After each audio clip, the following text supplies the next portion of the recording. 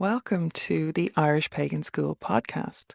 Your hosts are authors and co-founders of the Irish Pagan School here in County Waterford, Ireland, Laura O'Brien and Jon O'Sullivan. Fáilte. Were ancient Irish places known to famous people in history? Well, Daithí agus Fáilte. Hi, hello, and welcome. I'm Jon O'Sullivan from the Irish Pagan School, and this is a question that I have been pondering around myself. I recently taught a class about the origins of Druids and where it all comes from over at the Irish Pagan School, and it really got me thinking about the sources for that. So we have conversations from Pliny, known as Pliny the Elder, one of a notable name in Greek history. We also have records from Julius Caesar, who may not meet the best resource, but he did do a lot of writing. And so though we know his perspectives was biased, he still documented some interesting things. Now, when we take that and apply it to the Irish context, and a lot of people in paganism have concerns about the fact that some of our oldest information and lore was written down by early Christian monks. It's still great that we have these resources, and it's clear to see where the biases are on occasion. But it got me wondering, how well known were places and locations in Ireland to people outside of Ireland? And so I went on a bit of a pondering, and I was like, okay, well, I'm going to pick a place to see if I can figure out where we can trace it back. And the one that has been sitting very prominently on my mind is a place up in Donegal called Grianán Aileach. And Grianán Aileach is known as a very famously, in the mythological sense, as a fortress built by the Dagda on that location over the grave of his son Aed, who was killed by a Connacht warrior called Corgran. And the judgment when Dagda was king in Ireland for Corgran wasn't that he would be killed because he killed his son. It was that he was to carry the body of his son until he found a fit place to bury him and a stone slab to fit him under. And so the story goes that Corgran carried the body around all of Ireland, and it was in Donegal at the very top when he came to this place on the rise of a hill, and there he saw a stone.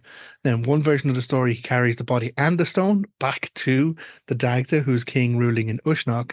In another version, he buries Aed right there underneath the stone, and then he dies himself for the strain that the work did. The work put upon him in order to redeem himself and to face up to the punishment that was given to him by the then king in Ireland. So Grianán Aileach is a fascinating place, the place I have yet to visit, but it's a very real physical place.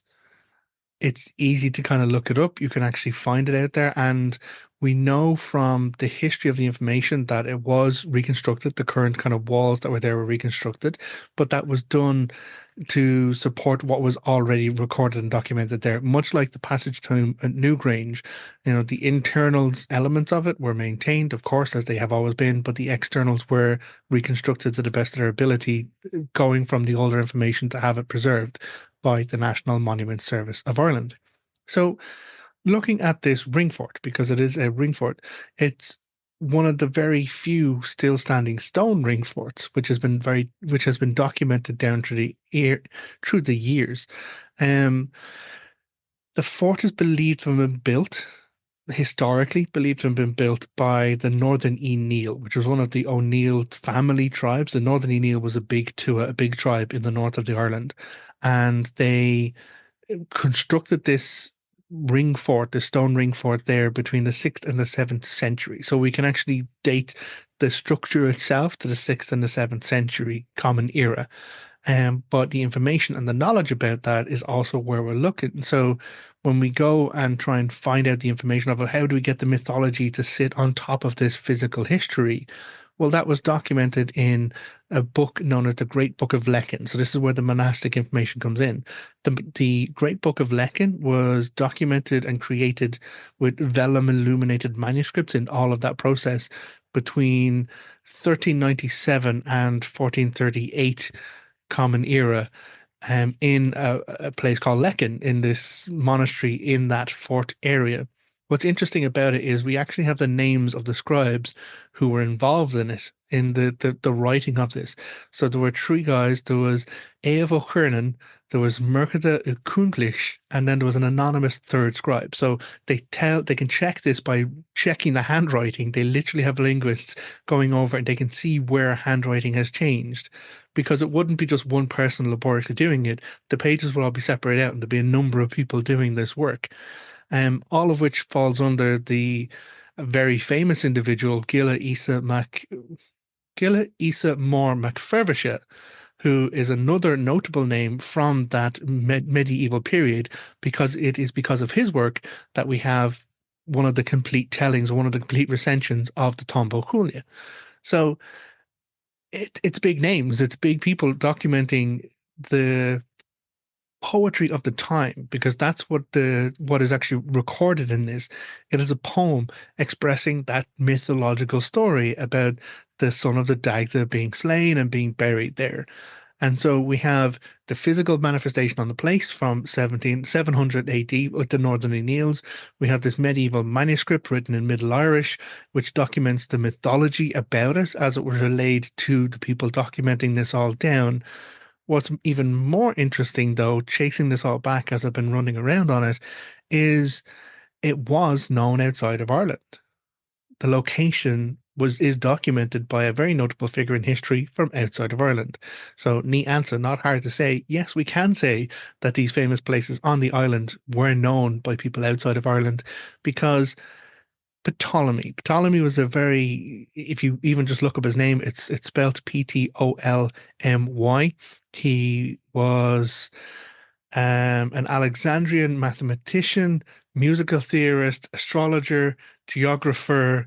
The guy was literally a multi-threat when it came to knowledge and learning and documenting stuff. We still now have manuscripts written from him, which helps define our modern understandings of science and mathematics.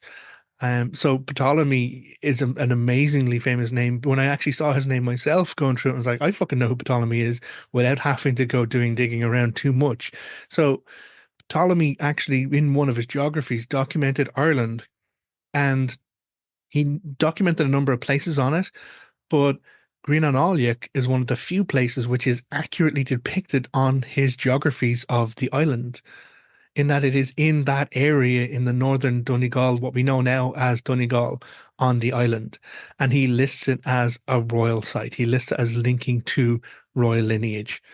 So it is absolutely fascinating to be able to take these landmarks of Ireland, to go in and look at the mythology, but then also couple it with the histories and understand that as much as we have this view of the small island on the edge of the world, way back when Ptolemy was alive, which is I wrote this part down to be sure, because yeah, it's circa 100 to 170 AD. So we know the history of the Northern O'Neill making a fortress there, 700 Common Era.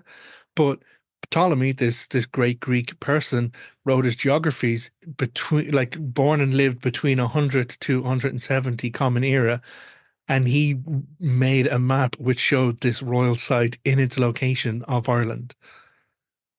So the mythology that we have speaks about Grianán Aileach, speaks about the Dagda coming to the grave of his son being buried there on this hill, and the Dagda making a fortress there to honor the death of his son, and the penance, really, or the restitution that was done by Corcoran in finding and burying him properly. And so the Fortress of Grianán Aileach, though the one that stands now, is attributed to 700 Common Era, and then the restorations that were done on it in more modern times, way back as far as somewhere between 100 and 170 Common Era. Ptolemy was actually writing about that place and knew where it was, which is absolutely mind-blowing. So one of the last elements to kind of pull into this story is the understanding of local knowledge and common knowledge and story about these places and the significance of these places. In our Irish lore, we have sections known as the Dinhenicus, which is the lore of names and places. There are entire lists and glossaries and stories that are only about the name of this hill is this because that happened there. the name of this place is over here, the name of this lake is this because that's what happened there. Because that's how our culture maintained its knowledge, maintained its history and its memory by documenting those stories initially orally and passing them down so that they would be remembered. But then when it hits the time of print and writing, when we get into the Middle Irish medieval manuscripts, it was written down in that context from there, even though, again, we have a Greek lad long before that documenting it as well. So the landscape of Ireland has been recorded for a very, very long time. But one of the most interesting parts of Grianán Aileach, as I said, I was doing it's a place I'm gonna have to go. I personally haven't been at the times that I'm recording this, and I really feel that I need to get there sooner rather than later. Um, because it is linked with the Dagda, it's linked with his family. The roots of it beneath the Neil fortress are supposed to connect back to there are mythological time frames when Dagda was king in Ireland. And that is the guy I work for spiritually. That is the someone who I'm very inspired by and is my my topic of special interest, shall we say. But there's another element to this story found in ducas.ie. And this is where I'll wrap it off with you is ducas.ie under the National Folklore Collection or the School Collection was a project that was done with the Education Board in Ireland and also the National Monument Service survey. And pretty much it was a whole lot of school kids, 5,000 school kids, I believe, were sent home. Wait, no, it was 5,000 schools, which made it 50,000 school kids, were sent home to write down and to document stories of their local area told by their elderly in their community. So it's go talk to your granny or granddad, go talk to like, any old person living in your town, living on your street, and write down the stories about that locality. That then became this amazing, amazing resource of memory, of written memory. In the same time that we have these ancient Book of Lecan, Book of Leinster, all of these kind of stuff, these medieval manuscripts from another perspective of documenting and recording the stories of our history and our culture. Ducas.ie is a huge, huge that's I'm sorry, I am emotional about it. The effort put in and the foresight put in to record and document all of that information is honoring that ancient process of keeping those stories alive and keeping them there. So I have a link, I'll put it in the description so you'll be able to kind of pull it up if you want to read a particular story about Grianán Aileach, which is from Donegal. The collector was a person called Kathleen McFadden in Castlecooly. So they went home with a school book, a copybook, and they wrote down a story that was told to them about Grianán Aileach. And so it's a couple of pages written in, and you can see the print in written in their handwriting and then transcribed.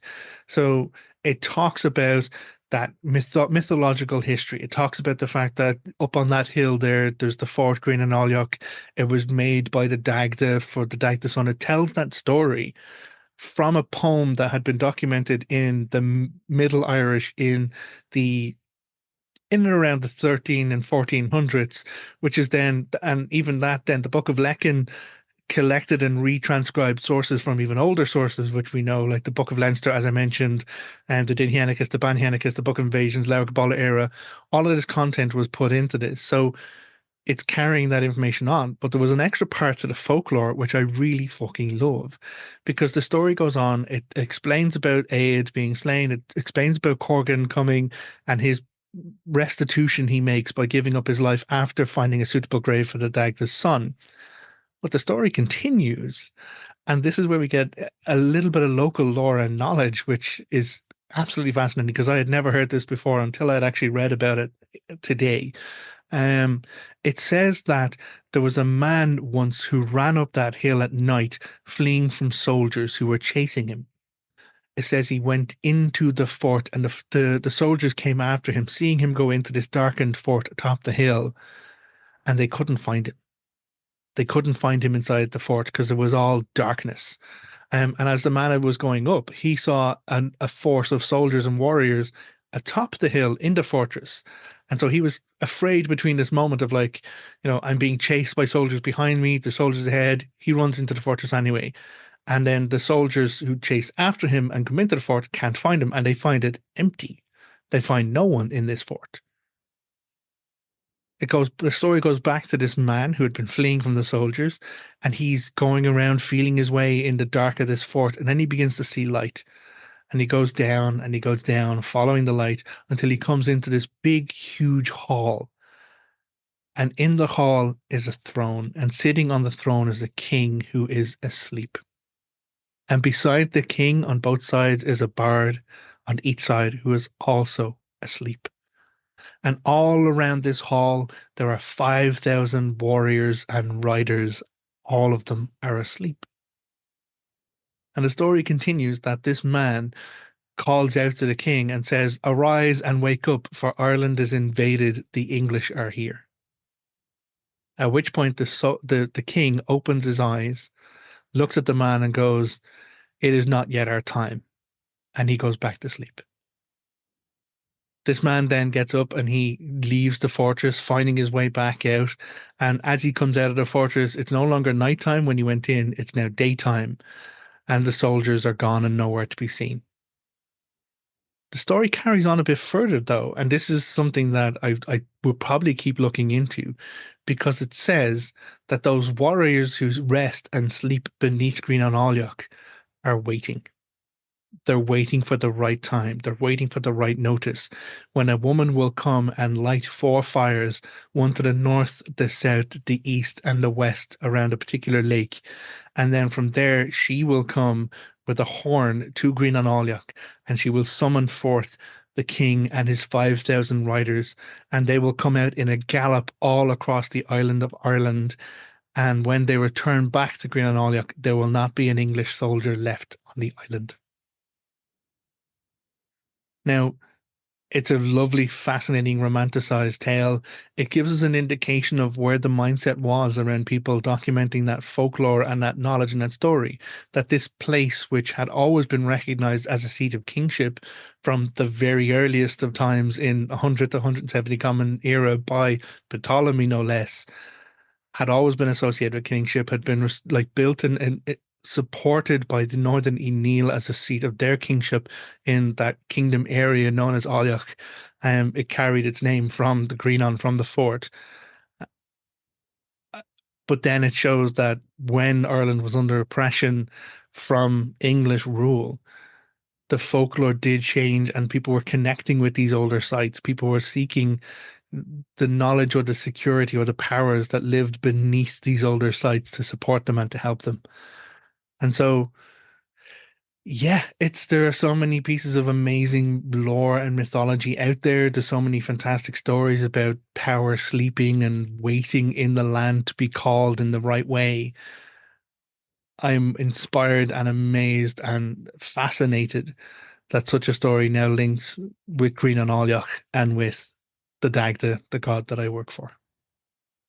So, a little bit of a rambly one. Hopefully, this has been interesting for you. Hope you've enjoyed it.